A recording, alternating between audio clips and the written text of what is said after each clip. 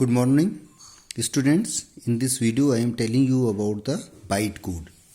So the computer understands only the machine language or the coding language. So the program written in other programming language such as high level language or object oriented language must be translated into the machine language so that the computer can understand and execute.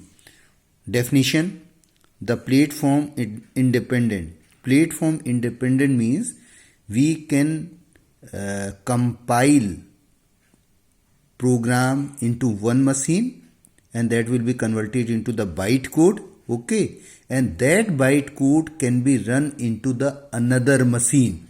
So means the code which is being translated into the bytecode not depend upon that machine where it is being converted. Means after conversion, bytecode can be run into another machine, that is called independent code. Platform independent code. I think it is clear to you. In which Java compiler converts the Java source code into a program independent code and can be easily understood and executed by the computer is known as bytecode. Means source code will be converted first into the bytecode and then bytecode will be converted into the machine code. You can see this one, Java program or Java source code. This code is being written by the user. Then what Java compiler is doing here, it is converting into the bytecode and then bytecode will be converted into the Java into the machine code. Okay, these are the three steps. One, this, two is this, and third is this. As I discussed in my audio clip, first source code will be written, then that will be converted into the Java bytecode and Java bytecode will be converted into the machine code. So it is a two-step compilation in Java. So source code will be converted into the bytecode by compiler and bytecode will be converted by Java virtual machine or Java interpreter into the machine code. So these are the steps you should keep in your mind. Now see, translator.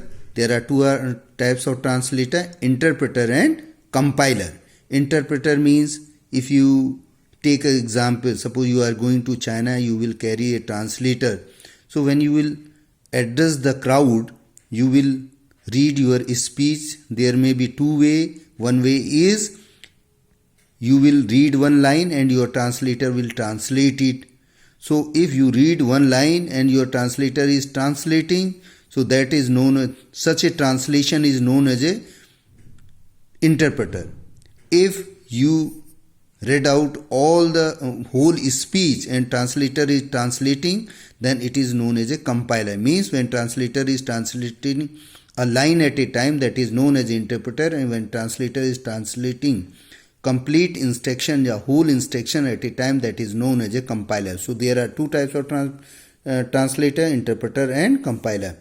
So I explained about the interpreter and compiler. Now come. Now definition. Now see, this is a definition of interpreter. The program that translates the source program or source code to a machine language or low level language step by step, means or line by line, is known as an interpreter.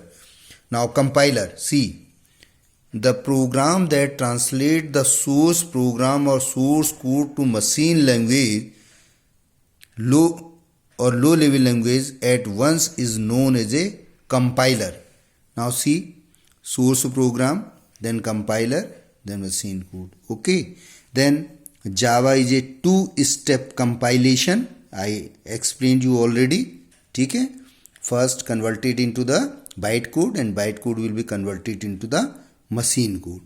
Okay, this is being written here. The Java runtime system of virtual machine that translate or interprets bytecode into the machine code is known as a Java virtual machine. Means that interpreter is known as a Java virtual machine.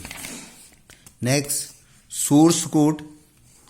Source code means the set of instruction and statement written by the computer programmer using a programming language to find the solution of a problem is known as source code or program. Okay.